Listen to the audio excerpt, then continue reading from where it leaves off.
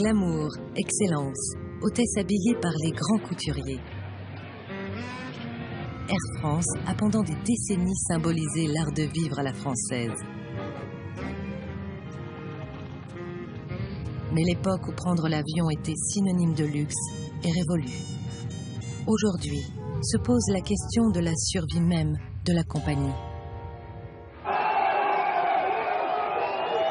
Le 5 octobre 2015, les images de violence de salariés contre leur direction choquent le monde. Air France serait-elle irréformable? Pour comprendre ce que cache cette chemise arrachée, il faut remonter le fil de l'histoire tumultueuse d'Air France, lorsque le destin de la compagnie a basculé il y a plus de 20 ans.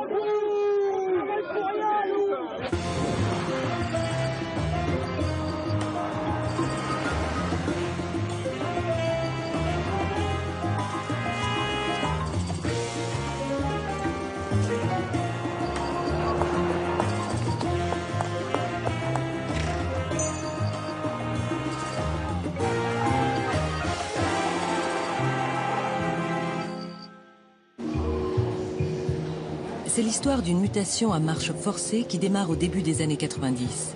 Air France, longtemps surnommé le Quai d'Orsay volant, est encore le porte-drapeau du pays aux 4 coins du monde. Peu importe sa rentabilité, elle est protégée par l'État et son statut d'entreprise publique. Pour les salariés, elle fait office de modèle social. On y fait toute sa carrière, parfois sur plusieurs générations. Grande manœuvre dans le ciel européen et français pour aborder le marché unique de 93. Demain. 1993, année de tous les bouleversements. Air France va subir de plein fouet l'ouverture du marché européen. La concurrence devient frontale et les salariés vont bientôt devoir faire le deuil de leur statut. Mesdames, Messieurs, nous traversons une zone de turbulence. Veuillez attacher vos ceintures. L'entreprise est surendettée. Un plan d'économie est programmé. Et ça va très mal se passer.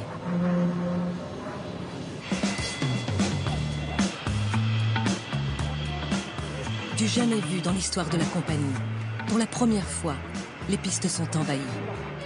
Salariés et CRS s'affrontent au pied même des avions. Les gens sont descendus sur le tarmac et il y a eu une grève extrêmement violente. Ils ne pouvaient pas accepter de n'avoir comme variable d'ajustement que des efforts du personnel. Il y avait un grand malaise et une grande peur chez les personnels de l'avenir. Quand vous poussez les gens, en particulier les salariés, à bout, ils finissent par être un peu hors de contrôle. Des salariés déterminés, des gens qui sont prêts à tout pour défendre leur beefsteak. Ça, c'est une paye, c'est pas une paye de nantis, ça. 7 960 francs. Mais ce qui a mis le feu aux poudres, c'est que des gens comme Attali, qui gagnent environ 100 millions anciens par an, se permettent de sucrer à des copains environ 1000 francs par mois qui sont indispensables pour lui. Moi, j'ai été séquestré pendant quelques heures par des excités de la compagnie. Bon, j'en suis sorti sans chemise déchirée et la tête haute. Bernard Attali dirige alors l'entreprise publique au bord du dépôt de bilan. Son plan d'économie met le feu aux poudres. Je pense qu'il y a quand même des moments où il faut savoir en effet, pardonnez-moi, faire le sale boulot. Je pense qu'il fallait y aller. Je pensais qu'il fallait y aller. J'avais déjà, au cours des 4 premières années, remis en cause beaucoup de statuts, remis en cause beaucoup de choses, mais sans être totalement sûr d'être complètement soutenu par les pouvoirs publics. Et c'était à chaque fois, pour moi et pour mon équipe, une prise de risque. En coulisses, le gouvernement l'a poussé à durcir son plan. Et pourtant, face aux images de violence qui font la une des journaux, Bernard Attali est lâché par l'État. Il faut changer de plan, en bâtir un autre, autrement, avec d'autres méthodes et dans le dialogue dans l'entreprise. Ça veut dire que vous revenez sur ce plan Attali, que vous supprimez ce plan? Il faut rebâtir un autre plan. À 20h, le ministre, que je regarde comme tout un chacun à la télévision, abandonne le plan. Il a donc droit, dans la demi-heure, à ma démission par dépêche d'AFP, parce qu'il faut le savoir, se tenir droit dans la vie. Ce qui caractérise, hélas, l'État actionnaire, c'est que, d'abord, il change d'avis, très souvent, trop souvent. C'est que sa vision est schizophrénique. C'est-à-dire que vous avez une partie de l'État qui vous dit qu'il faut faire des économies, puis vous avez une autre partie de l'État qui vous dit qu'il ne faut pas de problèmes sociaux, puis vous avez une troisième partie de l'État qui vous dit mais il faut porter le drapeau très haut, très loin, et puis vous avez une autre... Et cette cacophonie, il faut l'affronter. Le message est passé. Attali a dégagé, et Christian Blanc est venu le remplacer. Christian Blanc, c'est l'homme des accords de Nouméa qui ont ramené la paix en Nouvelle-Calédonie en 1988. Pour affronter la colère des salariés et leur faire accepter les sacrifices, l'État cherche un homme à poigne. Bernard Bosson, ministre des Transports, me dit, avec beaucoup d'insistance, de prendre la présidence d'Air France. Je lui dis, bon, écoutez, j'ai fait des missions difficiles, celle-ci est impossible. Enfin, j'accepte. Mais une condition. Vous m'entendez? Une condition. On me fout la paix. On le connaît pas, ce type-là. Il fera pareil qu'Attali. Vous croyez? Ouais, pareil. Il a fait la même chose pour la RATP. Je vois pas pourquoi il changerait avec Air France. C'est un haut cadre. Il est envoyé par l'État. Il veut nous casser, c'est tout. La potion s'annonce amère. Pour faire passer la pilule, Christian Blanc dramatise et laisse planer la menace d'une disparition pure et simple d'Air France. Si nous ne faisions rien au fil de l'eau, nous serions dans 2 ans en situation de cessation d'activité. Quand vous avez dans un plan stratégique que pendant 3 ans, les salaires sont gelés, en situation normale, ça fait pas plaisir. C'était évident que j'allais pas me présenter devant les syndicats, y compris devant le comité central de l'entreprise, pour dire voilà ce qu'on va faire. C'était inaudible, impensable. Qu'est-ce que j'ai fait? J'ai inventé un truc qui s'appelait le référendum d'entreprise. Voulez-vous sauver l'entreprise? En gros, c'était ça la question. Voulez-vous qu'Air France survive? Il y a vraiment toute une dramatisation, il y a une théâtralisation, et en même temps, il sait où il veut aller. Et il nous fait passer le message qu'il ira jusqu'au bout et qu'il emploiera tous les moyens, même ceux qui sont absolument pas traditionnels pour des patrons. Il veut passer outre les syndicats? Bien sûr. Le oui franc et massif des salariés d'Air France. Résultat, 83% de participation au référendum, 81,26%. Le PDG d'Air France, qui avait mis sa démission dans la balance, peut être satisfait du résultat. Le oui est massif.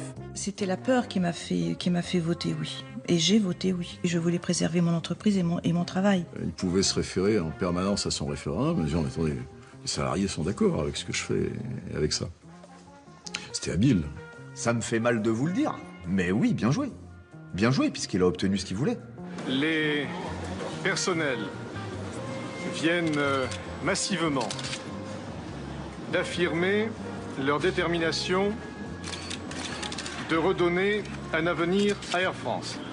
À ce moment-là, quand il se tourne vers le gouvernement, il est quelqu'un qui tient son entreprise et qui est soutenu par son entreprise. Parce qu'il va se tourner vers le gouvernement et demander quand même 20 milliards de francs. Ce qui est un chiffre inattendu. Bernard Attali essayait d'obtenir quelques milliards de francs auparavant, on lui disait non. Oh, d'abord, je dis bravo l'artiste, parce que c'est vrai que c'est de l'oxygène. Et je me dis aussi, pour être tout à fait franc, que l'entreprise le paiera très cher, ce chèque. Parce que l'État, d'une certaine manière, l'a reconvaincu que, au fond, l'entreprise était immortelle. Air France, une entreprise immortelle? En tout cas, la compagnie tarde à s'adapter. Depuis 10 ans, une révolution venue d'Amérique bouleverse le secteur aérien. Mais chez Air France, on n'a rien changé. Et Christian Blanc a bien l'intention d'y remédier. Ce que je disais partout, c'était ne dites pas simplement ce qui est possible. Dites ce qu'il faut faire pour être les meilleurs. J'ai cherché des dirigeants de compagnies aériennes étrangers qui puissent venir m'aider, me conseiller. Il fallait faire un hub. Un hub, c'est une plateforme de correspondance qui synchronise les départs et les arrivées. 10 ans après la concurrence, Air France inaugure son hub à Roissy-Charles de Gaulle en 1996, multipliant les possibilités de destination pour les voyageurs. Avant le hub, les vols n'étaient pas synchronisés. Il fallait parfois attendre des heures entre deux correspondances. Avec le hub, 6 fois par jour, les arrivées des avions à Roissy-Charles de Gaulle sont coordonnées avec les vols au départ. Tous les passagers peuvent alors embarquer à destination du monde entier. Immédiatement, le chiffre d'affaires d'Air France s'envole. En attirant comme ça des gens venant de partout, vous pouvez opérer vos vols longs courriers, non plus avec des avions de 200 sièges, mais des avions de 300 sièges, puis des avions de 400 sièges, puis des avions de 500 sièges.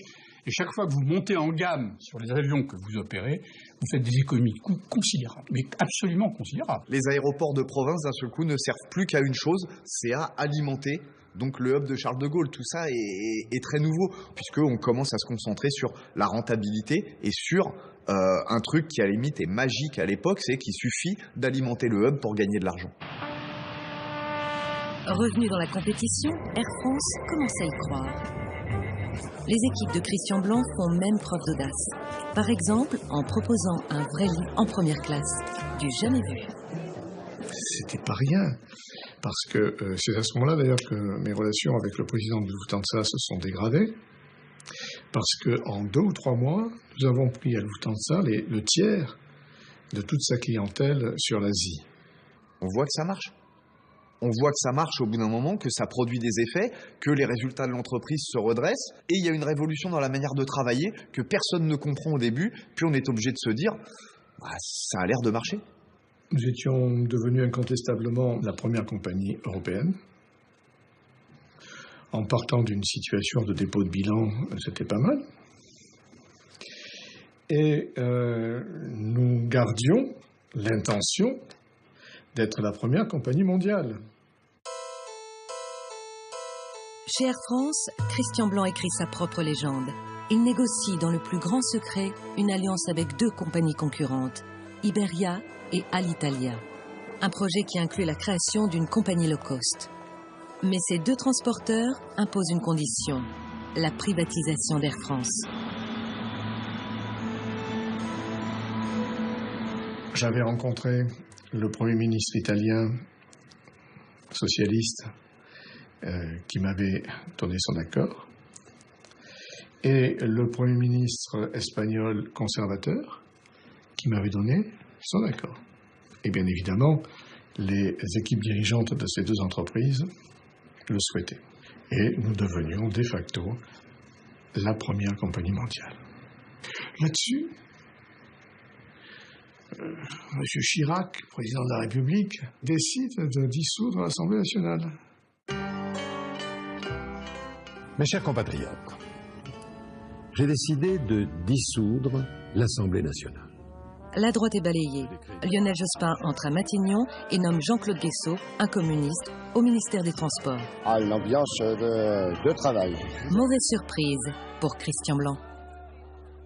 Une des batailles sur lesquelles nous étions engagés, nous, les communistes, à laquelle je participais, c'était le refus des privatisations des grandes entreprises publiques. Christian Blanc, l'inflexible, tente de passer en force. Il défie l'État actionnaire avec ses déclarations publiques. Voilà. On ne peut pas changer les stratégies des entreprises en fonction des circonstances électorales. En juillet, je vois Guessot au ministère des Transports. On était en tête à tête tous les 2. Je crois qu'il a fumé un cigare, un Cohiba entier ou je ne sais pas quoi, au Monte Cristo. Moi, j'ai dû fumer un paquet de cigarettes. On n'a pratiquement rien mangé. Mais on s'est expliqué. Rien à faire. Et quand on s'est quitté, il m'a dit « Je vois Lionel Jospin ce matin, je lui en parle. » Et la réponse fut « Il n'est pas question de privatiser Air France. » Dans les semaines qui suivirent, je présentais ma démission. Je souhaite à Air France un très bel avenir. L'entreprise le mérite. Vous le méritez. C'est possible. Le projet de fusion avec Alitalia et Iberia est enterré. Une occasion ratée. Son départ est aussi théâtral que son arrivée. Et ça cadre bien avec le personnage. Voilà, il part comme il arrive, avec du panache, en disant voilà, je ne suis pas d'accord, je claque la porte. Je ne pense pas que chez les salariés, ça ait eu plus d'impact que ça, parce qu'encore une fois, des PDG, on en a vu. À ce moment-là, quand il part, on se dit ouf. On se dit ouf. Parce que les relations étaient extrêmement tendues avec Christian Blanc. Même s'il avait l'intention de donner un coup de pied dans la fourmilière, le coup de pied avait été quand même très très violent. Jean-Cyril Spinetta va succéder à Christian Blanc à la tête d'Air France. À la tête d'Air France, c'est la valse des PDG. Quand ce ne sont pas les salariés qui ont la peau de leur patron, c'est l'État qui coupe la tête. Jean-Cyril Spinetta sait qu'il arrive en terrain miné. Quand j'arrive, j'ai le sentiment que certaines personnes me regardent, et je vois dans leur tête, est-ce qu'il va rester quelques semaines ou quelques mois, mais quelques années, peu de gens se posent la question, ça paraît impossible. Et donc, au fond, mon premier travail, ça va être de convaincre les gens d'Air France, qui sont d'une extrême morosité. C'est presque déprimant, là, cette entreprise. Enfin, je suis très content, je ne suis pas déprimé, mais les gens sont déprimés. C'est une entreprise déprimée. Et donc, le sentiment, à nouveau, d'un temps d'épreuve qui va venir. Cette épreuve, Jean-Cyril Spinetta va très vite devoir l'affronter. Car Christian Blanc laisse à son successeur une petite bombe sociale, la double échelle des salaires pour les pilotes. Un dispositif qui permet de payer moins cher les nouveaux embauchés. C'est 10 jours avant le démarrage de la Coupe du Monde de football, et que j'imagine que certains se disent on a l'arme absolue. Air France en grève 10 jours avant la Coupe du Monde de foot, c'est irrésistible. Et donc, irrésistible pour l'État, qui est l'actionnaire. On est sûr de gagner cette grève. Voilà. Nous refusons ce qui se passe aujourd'hui. Nous refusons la double échelle. Nous refusons toute baisse de grille de salaire. Jean-Cyril Spinetta a tout de suite été mis au courant de ce qu'était notre demande et on lui a dit il n'y aura pas d'impasse. Avant la grève, il y avait des pilotes qui arrêtaient leur avion face au siège et puis ils sortaient par la glace à moitié pour faire un petit signe au président. Baisser le salaire pour baisser le salaire, quand on sait que c'est pour rendre la compagnie plus attractive et séduire des investisseurs, nous ne pouvons pas être d'accord. Ne jouons pas la politique du pire. Reprenons tout de suite le chemin de la discussion. Le conflit s'est déclenché et alors là, ça a été sérieux. C'est une grève qui est suivie de manière écrasante par les pilotes, depuis 80%, peut-être 90%. Dur de partir hier, on n'a pas pu. Alors... Là, je suis lassée, je vous le dis franchement, parce qu'on donne une chance une fois à Air France, 2 fois. Je vais donner des chances plusieurs fois, mais là, c'est la dernière. Votre grève n'est pas populaire. Le gouvernement a refusé le chantage au mondial. Je crois que tout le monde est très inquiet. L'infernale mécanique de conflit social chez Air France se met en place. Chacun cherche l'épreuve de force et tente de faire flancher l'adversaire. On avait des négociations qui commençaient le soir vers 17, 18, 19 heures et qui s'est terminées en général vers 3 ou 4 heures du matin. Comme le disait d'ailleurs un des syndicalistes au début, il m'avait dit « Monsieur Gourgeon, on va vous faire quelques longs courriers ». Ça voulait dire vous allez apprendre à ne pas dormir ou à dormir de façon totalement décalée. Une nuit de plus, je dirais, on a perdu un temps énorme. On demande à tous les pilotes de venir au sortir de la réunion de négociation. Il y avait 1500 pilotes alignés, silencieux, en uniforme. Spinetta avait été prévenu de ce qu'il attendait. Mais quand il est sorti de l'ascenseur, il s'est retrouvé avec 1500 pilotes en uniforme, les mouches volaient, ça l'a estomaqué. Après 10 jours de grève, à la veille de la Coupe du Monde, un compromis est trouvé.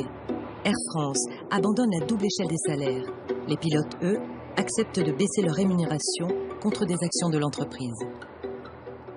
Ce qui fait basculer, c'est d'abord la prise de conscience que on est arrivé à un moment où il faut régler, de leur côté comme du nôtre. Le conflit à Air France est terminé. Le SNPL, principal syndicat des pilotes de ligne, a décidé d'arrêter la grève. Un accord a été trouvé avec la direction. De part et d'autre, on a fait des concessions, mais globalement, les pilotes n'ont pas obtenu ce qu'ils demandaient. Jean-Cyril Spinetta, il nous avait fait comprendre que ça ne mènerait à rien de sortir avec une défaite en race campagne de la direction d'Air France. Il n'y avait ni gagnant ni perdant, il y avait 2 gagnants, c'est des gens qui étaient conscients qu'on ne peut pas faire une compagnie contre ses salariés, à contrario, les salariés ne peuvent pas se passer de leur encadrement. Mais en même temps, ça me rend un service formidable, parce que c'est ce jour-là, le 10 juin, que je deviens enfin le président d'Air France, reconnu par l'ensemble du corps social comme le président légitime de l'entreprise. La grève des pilotes a fait office de test pour Jean-Cyril Spinetta. Il vient de s'offrir quelques années de paix sociale. Il peut préparer l'ouverture du capital d'Air France. Mais le gouvernement l'a promis. Pas question d'aller jusqu'à la privatisation.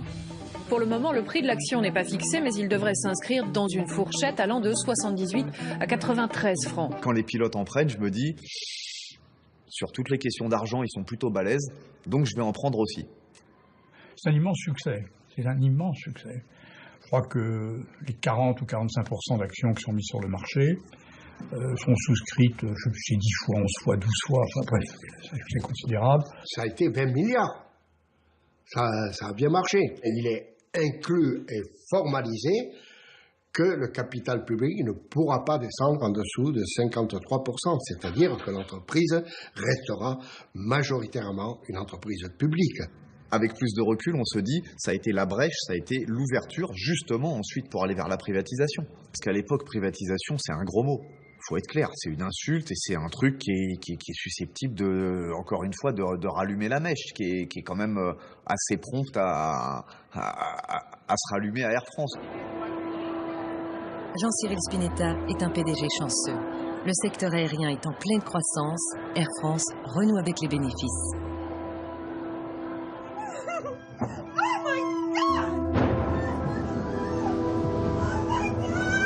Mais le 11 septembre 2001, alors que le monde bascule dans la terreur, le secteur aérien est lui aussi frappé de plein fouet. Des centaines de milliers de voyageurs annulent leur vol. Toutes les compagnies voient leurs avions se vider. Derrière ces attentats, il y a un nombre de faillites dans le transport aérien considérable. Swissair disparaît, Sabena disparaît, quelques semaines après. Toutes les entreprises nord-américaines tombent en faillite. Chapitre 11, Delta, Northwest, un peu comme un effet de domino. Les entreprises européennes sont elles-mêmes en situation extrêmement difficile, en perte lourde. Lufthansa, British Airways, KLM. Une exception en Europe, Air France, qui est petitement profitable, mais qui reste profitable.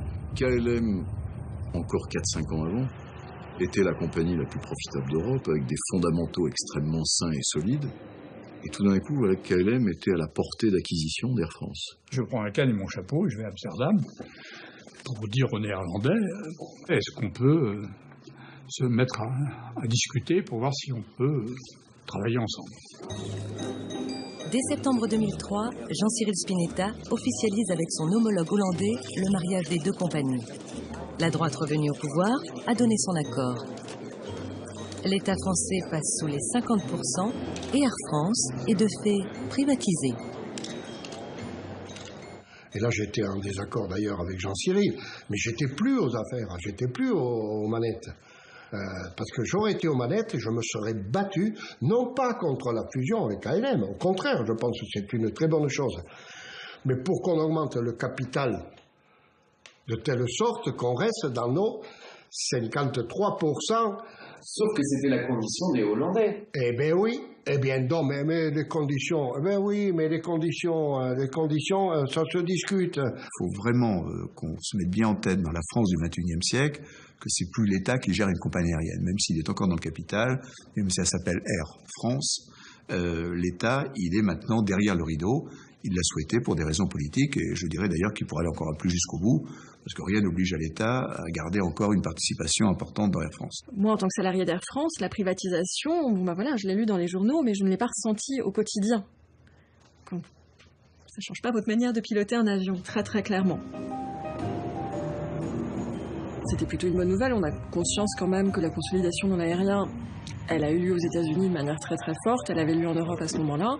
Le fait d'être un groupe, ça pouvait être plutôt quelque chose de positif. L'alliance Air France-KLM a créé des synergies très intéressantes. D'abord, on a connecté 2 hubs, Amsterdam et Paris. Et puis, On a réparti l'activité en fonction des forces de chacun, de l'implantation de chacun. Un exemple, KLM est très bien implanté sur l'Afrique de l'Est, Air France sur l'Afrique de l'Ouest. Donc il y a une répartition, il y a une croissance naturelle entre les deux parties du continent africain. Là, c'est un peu l'ironie de l'histoire. Pour une fois, Air France est en avance sur les autres. On invente un modèle, Air France KLM invente un modèle qui sera ensuite suivi par d'abord les Allemands et ensuite les Anglais. C'est une période assez florissante, financièrement parlant. Spinetta, il a une situation qui est particulièrement intéressante pour un PDG et porteuse. Parce qu'il n'a pas besoin, avec tout cet environnement économique favorable, il n'a pas de mesures douloureuses à proposer ou à imposer aux salariés. C'est une période très agréable, je crois, pour l'entreprise, en tout cas pour moi, qui suis à sa tête. C'est une période un peu d'euphorie. Tout réussit, tout va bien, tout se passe bien et l'entreprise est lancée sur un chemin jalonné de succès. Il faut savoir qu'après le rachat de KLM, dans les réunions, dans les couloirs, nous étions champions du monde. D'ailleurs, la communication interne comme externe ne se privait pas de dire qu'Air France était la première compagnie mondiale par le chiffre d'affaires. En 2008, Jean-Cyril Spinetta décide de passer la main après 11 ans de règne. Pour le remplacer, il choisit son numéro 2, Pierre-Henri Gourjon. Pour la première fois, l'État n'impose pas son candidat et accepte une promotion interne. Pour assurer la continuité, Jean-Cyril Spinetta conserve tout de même la tête du conseil d'administration. Une transition en douceur, sauf que le climat économique va tourner à l'orage. Le programme est un peu chamboulé parce que le 15 septembre 2008, au moment où d'ailleurs on annonce, parce que je crois que c'était vers ce moment-là qu'on a annoncé ma nomination, Lehman Brothers a fait faillite. On est rentré dans la crise. On a été en crise totalement. Quand il y a eu cette crise subprime, tout d'un coup, tout s'effondre autour de nous. Et si ça s'effondre autour de nous, le plancher sous nos pieds va pas tarder à suivre le mouvement. Donc on a vu nos avions se vider, on a vu les classes affaires qui sont remplies de professionnels se vider, on a vu notre chiffre d'affaires baisser de 20%, ce qui est énorme dans notre métier. On était en terres inconnues. On rentrait dans ce qu'on appelle des terres inconnues. C'est-à-dire qu'il n'y a même pas de modèle pour dire dans ces cas-là, on fait comme ça. En quelques mois, c'est la descente aux enfers. Les comptes de la compagnie se dégradent. Très vite, on s'interroge. Depuis la fusion avec KLM, Air France se serait-elle endormie sur ses lauriers? Quand vous allez dans le terminal 2, le B de Roissy, qui est le terminal qui était moi ma base quand j'étais pilote sur Airbus 320, où il n'y avait que des avions Air France. Maintenant, c'est pas compliqué, vous n'avez plus que des avions Orange, donc EasyJet, et c'est très impressionnant. Personne n'a cru à l'arrivée du low cost au début des années 2000. À l'époque, pour légitimer la non-réaction face au low cost, j'entendais des choses comme les low cost ne concernent pas nos clients. Les low cost créent de nouvelles intentions de voyage, de nouveaux clients, mais ça n'a rien à voir avec nous. C'est le genre d'idée qui était bien enracinée dans l'entreprise, et eux c'est eux, nous c'est nous, il n'y a pas d'interférence. Aux compagnies low cost, les voyageurs sac à dos. À Air France, les attachés caisses qui privilégient la business class, la plus rentable pour la compagnie. Au début des années 2000, c'est le scénario qui prime. 10 ans plus tard, les compagnies à bas coût ont finalement séduit les hommes d'affaires. Et Air France paye son inertie. Je crois que Jean-Cyril Spinetta et son équipe n'ont pas forcément cru dans les low-cost, n'ont pas vu le danger et sont restés plutôt au modèle charter en parlant des low-cost qu'à ce qu'allait faire l'inventivité des low-cost, c'est-à-dire des avions neufs, des escales courtes, des services réduits. Est-ce que Air France KLM aurait dû lancer un grand low-cost intra-européen? À quoi ça sert? C'est pas notre métier. Notre métier, c'est pas de faire du Rome-Moscou ou du Rome-Hambourg ou du Hambourg-Porto. C'est pas du tout notre métier. Une autre concurrence pointe, celle des compagnies du Golfe, à l'image d'Emirates, la compagnie de Dubaï qui, à coups de pétrodollars, ringardise les compagnies historiques comme Air France. C'est à l'étage que la différence se fait. Un bar exclusivement réservé aux clients fortunés. Ceux de la première classe pourront dormir dans une véritable chambre d'hôtel et grande première dans les airs, 2 salles de bain réservées à ces mêmes voyageurs. Waouh, qu'est-ce que c'est que ce truc? qu'est-ce que c'est que ce luxe ? Ils sont venus sur le terrain d'Air France qui, dans l'inconscient collectif mondial, représente le luxe à la française. Et là, on s'est rendu compte qu'on était complètement débordés. Pour attirer un maximum de voyageurs, ces compagnies adoptent la stratégie du hub, mais à l'échelle mondiale. Avec des dizaines de très gros porteurs A380, Emirates, par exemple, fait transiter les passagers en provenance d'Europe vers sa plateforme de correspondance à Dubaï. Une escale avant de repartir pour l'Asie ou le Moyen-Orient. Grâce à des cabines luxueuses et à des tarifs imbattables, elles s'emparent du marché. Ils veulent avoir dans les Émirats la même force qu'à l'Europe aujourd'hui, grâce à l'addition du groupe British Airways, du groupe Lufthansa et du groupe Air France. Et les Émirats essayent de piquer ça. Alors voilà. Mais pour piquer des voyageurs, les compagnies du Golfe ont dû négocier. Car pour avoir le droit de se poser à Roissy, il faut obtenir l'autorisation des autorités françaises. Le pouvoir politique, comme souvent, surtout dans l'aérien, a une responsabilité importante. C'est-à-dire qu'à une époque, et même encore aujourd'hui, les Français le savent, pour vendre des avions, on a accepté des concessions. Donc pour vendre des Airbus à Emirates, on a donné des créneaux à Emirates. Des concessions, ou plutôt un marchandage, initié dès le début des années 2000, quand le programme A380, le très gros porteur d'Airbus, est lancé. Jean-Luc Lagardère m'appelle, me dit Jean-Claude, Emirates va commander des avions, il va en commander un paquet. Ils hésitent, enfin, bon, entre Boeing et Airbus. Il me dit, est-ce que tu peux recevoir le patron d'Emirates, le Cheikh Ahmed, je sais pas quoi. Je reçois mon président d'Emirates. Dans la discussion, il me dit, vous savez, votre prédécesseur m'avait promis 4 posées supplémentaires sur Roissy 2. Je les ai jamais eues. Je l'arrête et je lui dis, écoutez, je le sais. Je sais que vous voulez acheter des avions. Quoi que vous achetiez, je prends l'engagement pour vous poser, puisqu'on vous l'avait promis et qu'on ne l'a pas fait, eh bien moi, je prends l'engagement. Je ne peux pas vous donner les 4 d'un coup, 2 services d'hiver, 2 autres au printemps. Immédiatement, il me dit, j'achète des Airbus. Voilà un exemple parfait de schizophrénie.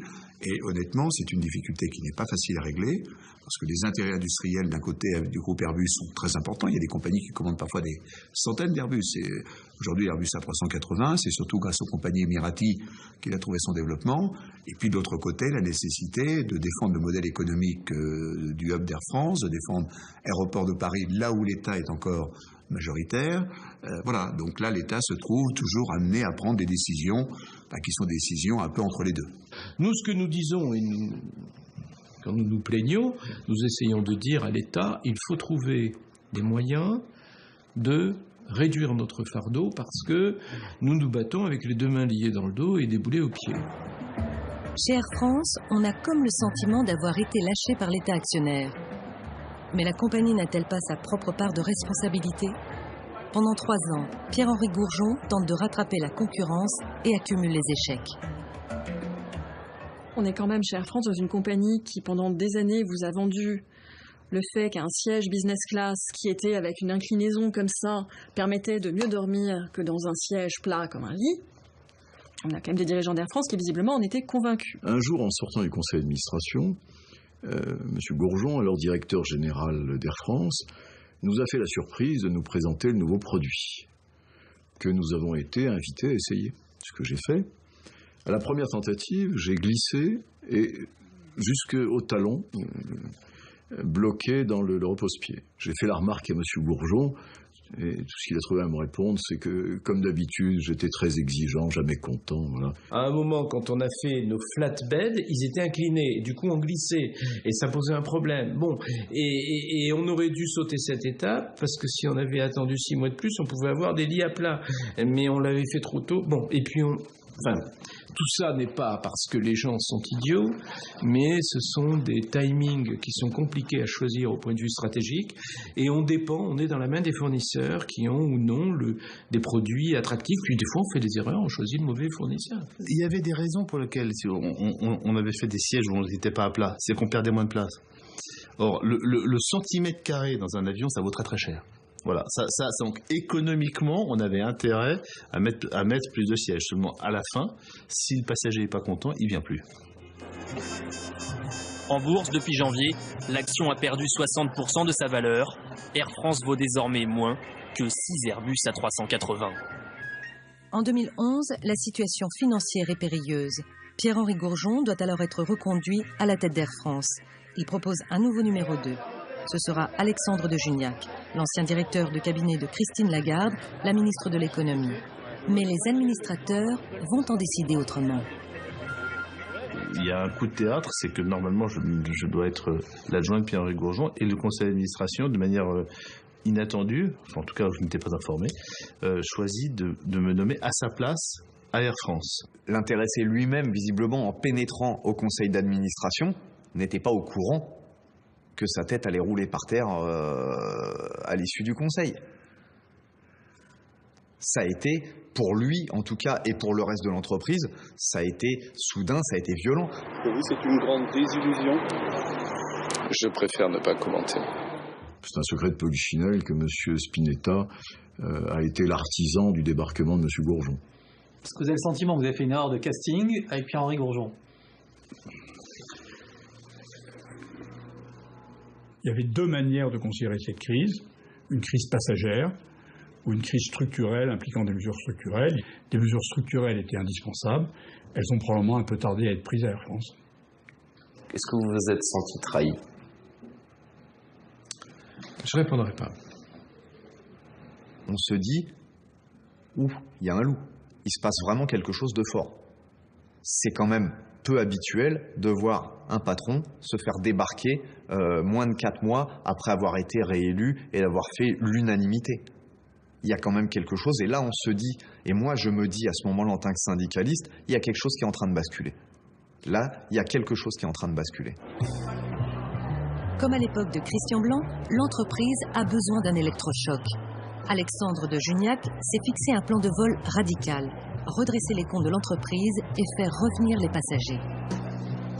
On est capable de lutter à France KLM si on offre le meilleur produit possible. Le meilleur produit possible. Et compte tenu de la positionnement d'Air France, quand même, des valeurs de la France, hein, le luxe, la qualité de la vie, donc je pense qu'on peut lutter. Mais que ça suppose une révolution de notre produit et de nos services. Voilà, il faut être les meilleurs. On n'a pas le choix. Premier objectif, offrir des prestations de luxe. Alexandre de Juniac lance un grand chantier de rénovation des avions. 650 millions d'euros sont investis. Nouvelle cabine, nouveau siège qu'il inaugure en grande pompe. C'est un siège qui est complètement à plat, on dort comme dans un lit. Vous aurez dessus une couette et un vrai oreiller. Vous avez un petit placard pour ranger vos affaires, vous avez des prises pour brancher votre téléphone portable. Vous voyez, les couleurs sont magnifiques. C'est l'exemple même de ce que la France sait faire quand elle veut faire des choses raffinées. Des chefs 3 étoiles élaborent désormais les repas. La première et la business class sont particulièrement soignées. Un choix stratégique, car si les classes avant ne représentent qu'un siège sur 10, elles assurent 30% des recettes de la compagnie. Je me suis intéressé aux détails du produit. J'ai testé les fauteuils, mais je ne sais pas combien de fois. On l'a renvoyé plusieurs fois aux fournisseurs parce qu'on n'était pas contents. Tout. L'avion sur lequel je vole est celui qui a été équipé en premier de ses premières classes, et je crois que j'ai dû faire le deuxième vol avec les nouvelles cabines. Elles sont magnifiques. On arrive à jouer à armes égales en termes de produits avec justement les compagnies asiatiques, les compagnies du Golfe. Air France peut-elle renouer avec le prestige, le glamour, la sophistication qu'elle a si longtemps incarnée? Surtout, la compagnie va-t-elle échapper à cette mécanique de conflit social qui pèse si souvent sur sa destinée? Car si les passagers sont choyés, les salariés, eux, sont très lourdement mis à contribution. Dès son arrivée, Alexandre de Juniac a lancé Transform, un plan d'économie drastique qui prévoit des milliers de départs volontaires. On explique à tous les salariés de l'entreprise Air France, voilà où on en est et voilà pourquoi c'est grave et qu'il faut faire quelque chose. C'est la première, c'est la première étape importante. La première victoire, c'est de faire partager ce diagnostic. Tout le monde est d'accord pour faire quelque chose. Il faut y aller. Ce plan, ça a été une déflagration parce qu'il touche tous les items du contrat de travail. Des congés, 3 jours de congés basse activité qu'on sautait, de l'organisation du temps de travail qui a changé, donc les gens travaillent plus. On a réduit les équipages pour faire la même quantité de travail, on a réduit les repos, on a réduit les vacances, on a fait beaucoup de choses avec Transform en 2015. On a perdu, je crois, 13 000 ou 15 000 postes chez Air France. Donc ça s'est fait en douceur, en général ça se fait en douceur. Pas de licenciement, mais des suppressions de postes, des non-remplacements, des départs volontaires, y compris chez les pilotes. On a vraiment assaini la situation. Alexandre de Juniac semble avoir gagné son pari. Son plan d'économie est adopté sans conflit majeur avec les syndicats. Quand il reçoit le prix du manager de l'année fin 2012, il jubile. On a imposé un rythme d'enfer. Air France négociait lentement. C'était 18 mois, c'était un plaisir à négocier. S'enfermer dans les salles pour s'engueuler un bon coup. Moi, ça me fait un plaisir limité, je dois reconnaître. Et on a imposé 3 mois, et en 3 mois, c'était fait. C'est la stratégie d'Alexandre de Juniac. Aller vite et prendre les syndicats de court. Il lui reste une dernière étape, gagner la bataille du low cost. De Juniac a la solution à l'épineux dossier que ses prédécesseurs ont laissé de côté. Il suffit de développer Transavia, la petite compagnie à bas coût dont Air France a hérité en se mariant avec KLM en 2007. Les low cost se développent à toute vitesse. Et en fait, ils gagnent 2 points de part de marché en Europe tous les ans. Donc moi, quand j'arrive, ils sont moins de 40%. 3 ans après, ils sont à 45%. Donc ils montent. Quand le low cost représente la moitié de votre marché intérieur, qui est le marché européen, pour un groupe européen comme Air France KLM, vous ne pouvez plus l'ignorer. En 2014, Alexandre de Juniac entame des négociations difficiles sur Transavia avec les pilotes d'Air France. Et le moteur va se gripper. Des dizaines d'avions Air France cloués au sol. Voilà ce qui attend les aéroports français demain. Les syndicats de pilotes promettent au moins 60% de grévistes dès 5 h du matin. Au mois de septembre, les pilotes entament la plus longue grève de l'histoire de la compagnie, 14 jours. Ils refusent notamment la création d'une filiale européenne de Transavia qu'ils assimilent à de la délocalisation. On ne se bat pas pour nos salaires, on se bat pour l'emploi français qui ne doit pas partir au Portugal ou ailleurs en Europe.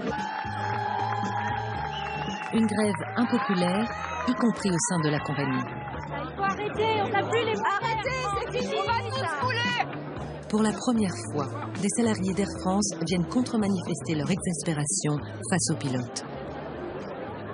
Les personnels au sol, notamment, ont été exaspérés par cette grève, parce qu'ils voyaient qu'on perdait entre 20 et 30 millions, et ça on l'a dit, 20 et 30 millions d'euros par jour. Donc ils voyaient que le fruit des efforts qu'ils avaient engagés depuis 3 ans, puisque le plan Transform durait depuis 3 ans, allait être complètement avalé par cette grève, détruit, annihilé. Une situation difficile. Vous n'êtes pas pour la délocalisation? Mais c'est pas une délocalisation. Et qui sont hors... Mais n'importe quoi. Et quand on a délocalisé le service bagages, par exemple, vous étiez où? Vous n'en avez rien à faire. Aujourd'hui, vous vous battez parce que vos propres intérêts sont menacés. Air France, c'est 3 mondes parallèles. 3 mondes qui ont du mal à se côtoyer, qui se retrouvent épisodiquement, mais qui sinon sont bien marqués. Vous avez les pilotes, vous avez les hôtesses et stewards, et vous avez les personnels sol.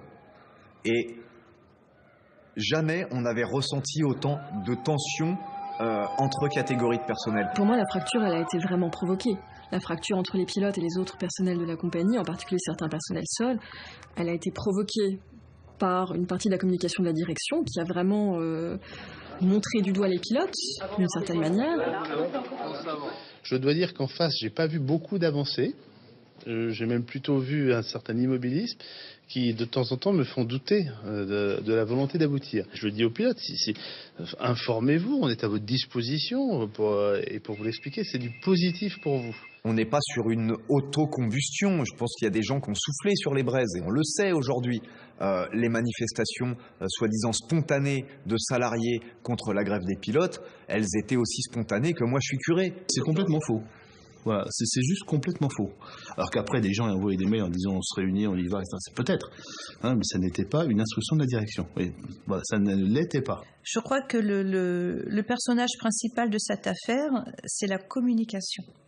C'est la com. Et tout tourne autour de la com. Dans cette guerre des images en apparence, Alexandre de Juniac gagne son bras de fer contre le syndicat national des pilotes. La compagnie apparaît divisée comme jamais. Et les pilotes sont désignés comme les grands responsables. Mais le PDG d'Air France va offrir à ses adversaires une arme inattendue 3 mois plus tard. Il intervient dans un colloque patronal à Royaumont. Ce jour-là, l'homme qui n'a pas la langue dans sa poche va aller un peu trop loin. Comme me le disait mon homologue de Qatar Airways hier, à propos de la grève que j'ai eu à subir, il m'a dit « Monsieur de Juniac, chez nous, c'est juste pas possible, on les aurait tous envoyés en prison. » Je dis « pas chez nous, pas chez nous. » Je me suis penché sur la réglementation du travail des enfants, qui est un acquis social. Alors vous savez que les premières réglementations, elles datent de 1840. Il fallait avoir au moins 8 ans. Puis ensuite, c'est monté à 12 ans, puis ensuite, c'est monté à 16 ans. Est-ce qu'il faut les faire travailler, pas travailler, pas sûr. Ça, dans l'entreprise, ça a eu l'effet d'une bombe. Ni plus, ni moins. Aussi bien chez les salariés que dans l'encadrement, d'ailleurs. J'arrive d'un voyage à l'étranger, donc j'étais pas dans la meilleure forme possible, faut le dire. Et c'est vrai que j'ai choisi des exemples mauvais. J'ai pas pris les meilleurs exemples. Ces images et ces propos ont été détournés et exploités. Voilà. Ça a peut-être joué sur et d'ailleurs sur l'opinion que certaines personnes avaient de moi. Ça a été exploité, peut-être même surexploité, mais en tout cas les propos ont été tenus. Les gens se sont dit, on a vu sa nature profonde, et il ne nous représente pas. Il ne peut pas nous représenter avec les positions qui sont les siennes. Le fossé se creuse entre Alexandre de Juniac et les salariés d'Air France, alors qu'un second plan d'économie se profile et qu'il faut à nouveau négocier. Pourtant, Air France renoue avec les bénéfices. Cette fois, les syndicats résistent. On sait que l'entreprise va mieux et qu'elle aurait déjà été bénéficiaire sans la grève des pilotes fin 2014. On avait promis aux syndicats signataires un retour à meilleure fortune et on s'aperçoit que la meilleure fortune, c'est un nouveau plan social. Donc ça déjà, ça marque les gens. Il n'est pas facile, si vous voulez, là, pour les personnels d'accepter ou de comprendre qu'il faut faire des sacrifices supplémentaires alors que l'entreprise sort à la tête de l'eau. Mais nous, on sort à la tête de l'eau, on a l'eau à la limite du nez. Donc on est encore très fragile, alors que nos concurrents, ils ont de l'eau aux chevilles. Quand un salarié, en particulier un pilote, perçoit 100 € de salaire brut, il coûte 142 € à Air France s'il est français, il coûte 113 € à British Airways s'il est britannique, et il coûte 100 € à KLM s'il est néerlandais. Confronté à ce différentiel de concurrence, qui est la faute des politiques qui n'ont pas fait leur travail d'harmonisation, le président d'Air France se tourne vers ses salariés et leur dit nos coûts sont trop élevés, on n'est pas compétitif. Pour être compétitif, il faut que vous me coûtiez 100. Donc pour que vous me coûtiez 100 avec les règles françaises, il faut que je vous paie 65. C'est QFD. Courant septembre, nous avons eu des négociations pour un nouveau projet d'accord. C'était un plan de croissance un petit peu molle pour Air France, sachant que KLM prenait gentiment son essor à côté. Il faut encore négociation à l'Air France signée en bas à droite. Et là, à ce moment-là, la menace, c'était sinon, ce sera le plan B. Et le plan B, c'était carrément un plan où on coupe 10-15% de l'activité de la compagnie et les suppressions de postes. Voire quelque chose qui ne s'était jamais vu à Air France, des licenciements. Honte à toi, direction, tu n'as plus rien à faire chez Air France. Nous aimons notre entreprise, nous voulons Le 5 octobre 2015, l'inquiétude est à son comble, alors qu'un comité central d'entreprise se tient au siège d'Air France. Des milliers de salariés, toutes catégories de personnel confondues, répondent à l'appel des syndicats. L'ambiance est électrique. On sait qu'il va y avoir probablement une manifestation, ça allait annoncé, elle est prévue, probablement une interruption de séance, ça c'est assez probable.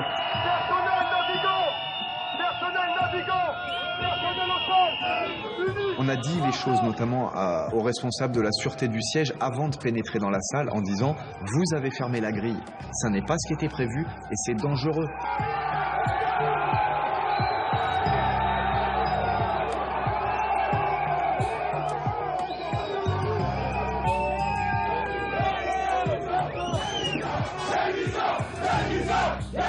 Deux membres de la direction ont commencé à se lever et à mettre leur veste comme pour quitter les lieux. Certains salariés n'ont pas du tout aimé ça. Je pense qu'on a basculé dans l'irrationnel.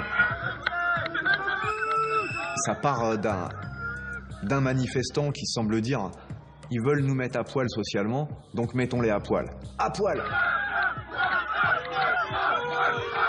Et ça part comme ça. Je crois que l'histoire de la chemise, elle part de là, avec après un effet de foule.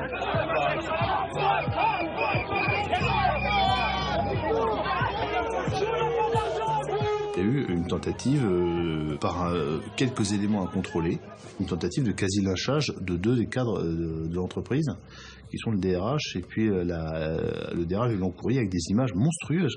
Comment c'est possible? Qu'est-ce qu'ils ont fait? Les images choquent le monde entier. Dès le lendemain, le Premier ministre condamne fermement les événements et affirme un soutien sans faille à Alexandre de Juniac. La violence est inadmissible dans notre société. Elle doit être condamnée et il faudra des sanctions lourdes à l'égard de ceux qui se sont livrés à de tels actes. Il ne faut pas admettre ce genre de choses. Il ne faut pas considérer que c'est normal. Il faut considérer qu'au contraire, que ça ne doit jamais arriver. Jamais. La violence aux personnes, jamais. 5 adhérents de la CGT sont mis en cause. Ils sont licenciés. La justice devra se prononcer quant à leur responsabilité. Finalement, Air France abandonne le plan B qui prévoyait des départs contraints. De part et d'autre, le divorce est consommé. Pour moi, un dialogue social, c'est des adultes dans un processus et une salle qui arrivent à négocier des accords, même si c'est pas facile, des accords satisfaisants pour tout le monde. C'est pas de provoquer des incidents avec des violences physiques. Faut écouter. Non mais, de quoi parle-t-on? Le 5 octobre va laisser une trace indélébile dans l'entreprise, c'est clair, comme le conflit de 1993 avec les envahissements de pistes et les affrontements avec les CRS. Quand vous avez de la violence physique qui se met en œuvre dans une entreprise, c'est forcément un constat d'échec. Enfin, ce sont des images dures. On n'imagine pas que dans une entreprise, les choses se passent comme ça. Après, la question, c'est pourquoi se sont-elles passées comme ça? C'est-à-dire qu'elles ont été interprétées comme étant de l'agressivité, alors que c'était du désespoir. Du désespoir de voir l'emploi partir, de voir la compagnie mourir. 6 mois plus tard, en avril 2016, Alexandre de Juniac finit par jeter l'éponge. Il annonce qu'il quitte Air France. Comme les négociations bloquent beaucoup et que je ne vois pas comment est-ce qu'on va débloquer, comment les choses vont se débloquer, je me dis que peut-être que il faut passer le témoin à quelqu'un d'autre. Ouais. Il y a une forme de lassitude de votre part? Non, c'est pas une question de lassitude parce que c'est une entreprise assez vivante et enthousiasmante. Donc c'est pas du tout une lassitude envers l'entreprise, mais c'est le fait de dire dans le fond, est-ce que c'est moi aussi la bonne personne pour la faire progresser, quoi. Or c'est clé qu'elle avance, l'entreprise. Il faut qu'elle avance. Les personnels de la compagnie ont maintenu la pression tout l'été 2016. Grève des pilotes, puis des hôtesses et stewards. C'est dans ce contexte que Jean-Marc Janaillac, un proche de François Hollande, est nommé à la tête de la compagnie. Réputé bon négociateur, il a fait toute sa carrière dans l'industrie du transport. Tous les gens que je rencontre à l'intérieur de la compagnie ou à l'extérieur, à la fin me disent avec l'air entendu et bon courage. Bon. Donc je me dis qu'effectivement j'aurais besoin du courage, mais ça j'y suis prêt. Concurrence féroce, manque de compétitivité, rôle ambigu de l'État, syndicats puissants. La tâche s'annonce difficile tant la compagnie incarne toutes les contradictions de l'économie française.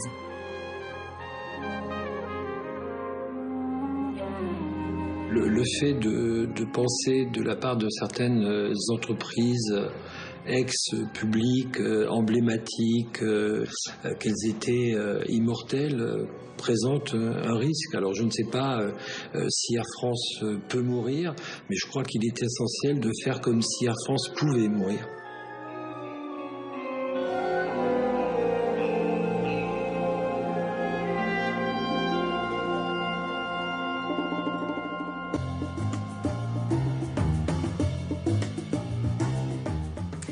Penser qu'Air France est immortel est risqué et il est essentiel de faire comme si Air France pouvait mourir. Ce sont les mots mêmes de l'actuel PDG de la compagnie.